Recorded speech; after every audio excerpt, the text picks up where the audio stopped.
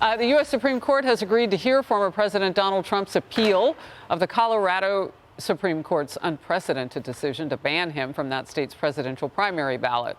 The former president is facing more than 12 current and pending efforts to take him off ballots across the nation. And they cite the January 6th riot in section of the 14th Amendment, the so-called insurrection clause. The Trump team and many legal experts, including 27 states' attorney general, say the high court must strike down these efforts as unconstitutional.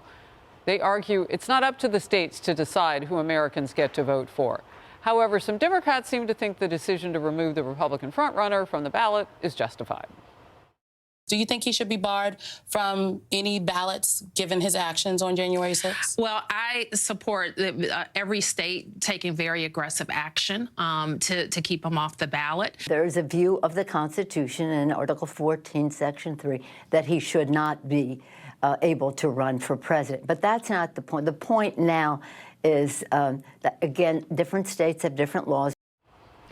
Emily, legally lay it out for us. Yeah, I mean, I wouldn't expect Nancy Pelosi to know the law, but unfortunately, she is emphasizing what hasn't yet been decided in stone.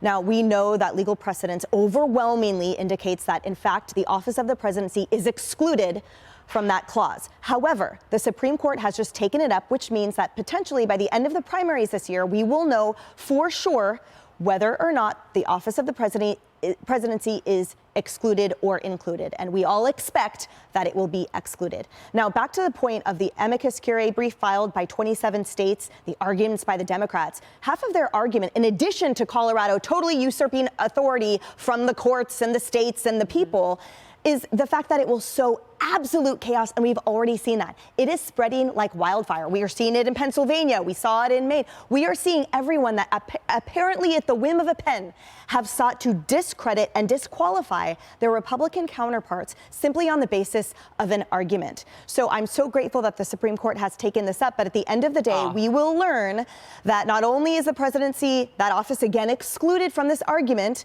but also that while all of these appeals are happening and winding their way through, everything is sort of stayed and paused. So once the Supreme Court says, all right, you're back, I mean, the question remains, well, is it too little too late? Yeah, because real this quickly, is past the primaries you answered my follow-up, which was, does this have bigger implications now? Because I think part of the blind spot for Democrats is that, you know, this could happen to them too. Like, are they not forecasting the future at this point? So this really does have bigger implications. Talk to me about the politics of this. Well, there's a poll that I saw over the weekend from YouGov that showed roughly 8 in 10 Democrats support keeping President Trump off the ballot. Independents, by a double-digit margin, go the other direction. Of course, Republicans are the mirror opposite of Democrats. But that shows the enthusiasm within the Democratic base for disqualifying President Trump from the ballot. And I think that could sow some chaos. You've seen state legislators in some key swing areas introducing legislation to throw Joe Biden off the ballot. Ron DeSantis just said he's looking at that in Florida just to make a point. You don't have to be a Trump fan. You don't have to defend anything that he did after the 2020 election to say that this is corrosive. And in my view, to hope that the Supreme Court won't just get this right, but it will be lopsided, just to nip this in the bud, because this is a very dangerous path. Well, I got to tell you, if you're looking across the world in America and how we do democracy in a republic, you're scratching your head going, oh, we could do that here in this banana republic. We don't need to go through all that they went through to get a constitution, so on and so forth. I mean, it's embarrassing. This is what is done in a dictatorship like Russia. It's not what's done in a democracy like the United States. The nuance is important here. So you're a Colorado voter. You go to the poll. We now know Donald Trump's name will be printed on the ballot. We found that out this Friday. The Secretary of State confirmed it. Still going to the Supreme Court. Well, Secretary of State Jenna Griswold was asked, okay, so his name's on the ballot. She was asked this on CNN. What happens if people bubble in his name, but the Supreme Court upholds the decision of Colorado? Here's what she said. If voters cast a ballot or vote for someone who's disqualified, we would not be able to count those votes. So your vote doesn't count if the Supreme Court upholds this. Okay, so you say, no, I'll just write his name in, no problem. Oh, well, wait, the Colorado court thought about that. Therefore, the secretary may not list President Trump's name, nor may she be able to count write-in votes cast for him. There are 1.34 million people in Colorado who cast a vote for Donald Trump in 2020. Assume it's the same universe. That's 1.34 million people disenfranchised. That's what we do in Putin's Russia, not what we do in America. And don't they say count every vote? Count every vote, they say. Every vote. Except for those millions of votes. Yep. So, Rebecca, time and time again right now, you're getting legal experts to tell you that it can't be a split. It has to be a 9-0.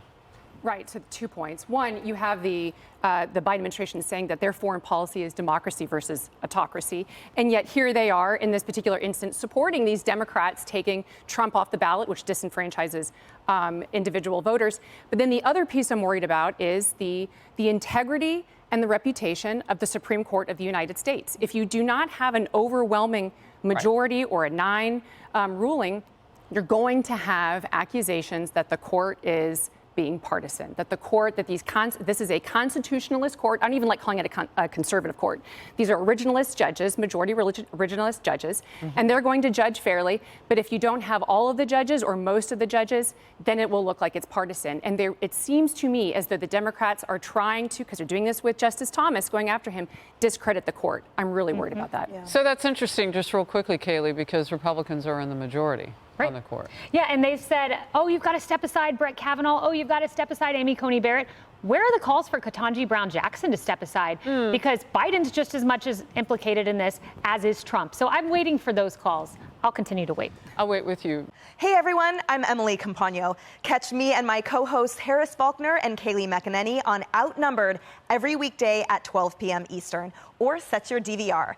Also, don't forget to subscribe to the Fox News YouTube page for daily highlights.